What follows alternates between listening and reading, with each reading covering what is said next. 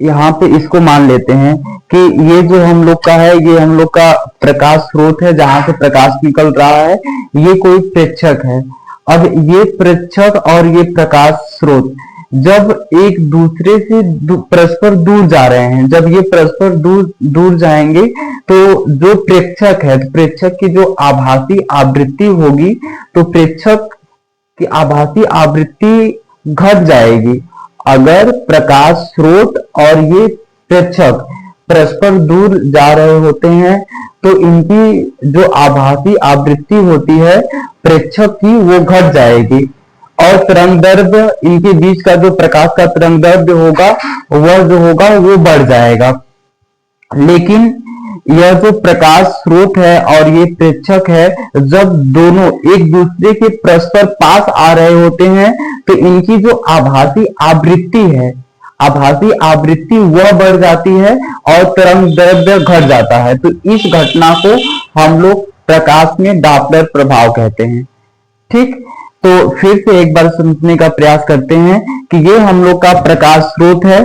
ठीक, ये प्रकाश स्रोत हो गया, ये कोई प्रेक्षक है और प्रकाश स्रोत और ये प्रेक्षक अगर परस्पर एक दूसरे से दूर जा रहे हैं, एक दूसरे से यदि ये दूर जाएंगे तो इनकी जो आभासी आवृत्ति होगी वह घट जाएगी और इनके बीच का जो तरंगदैर्ध्य होगा वह बढ़ जाएगा। लेकिन जब यह प्रकाश स्रोत और ये प्रेक्षक एक दूसरे के पास आ रहे होते हैं तो इनकी जो आभासी आवृत्ति होती है वह बढ़ जाएगी और तरंगदैर्ध्य घट जाएगा। इसी घटना को हम लोग प्रकाश में डॉपलर प्रभाव कहते हैं। तो अब हम लोग जो है कि प्रकाश में डॉपलर प्रभाव क्या था इसको हम लोग समझ चुके हैं।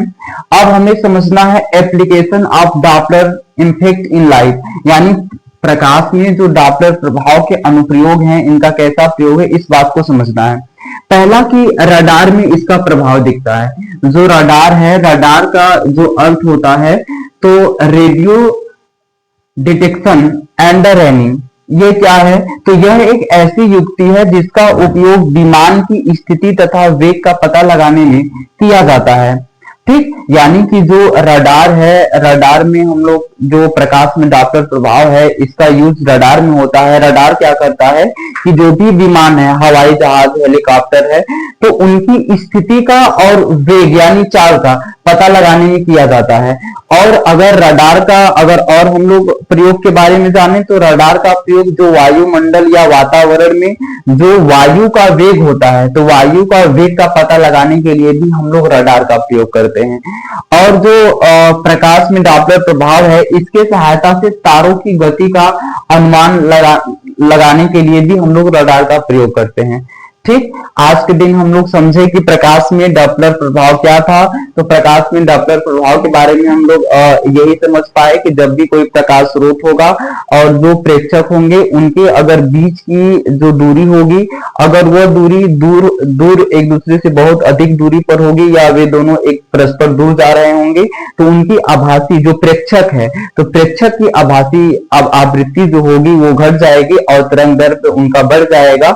यदि प्रकाश स्रोत और प्रेक्षक दोनों एक दूसरे के पास आ रहे होंगे तो उनकी जो आभासी आवृत्ति होगी वह बढ़ जाएगी और तरंगदैर्ध्य घट जाएगा। इसी घटना को हम लोग प्रकाश में डॉपलर प्रभाव कहते हैं।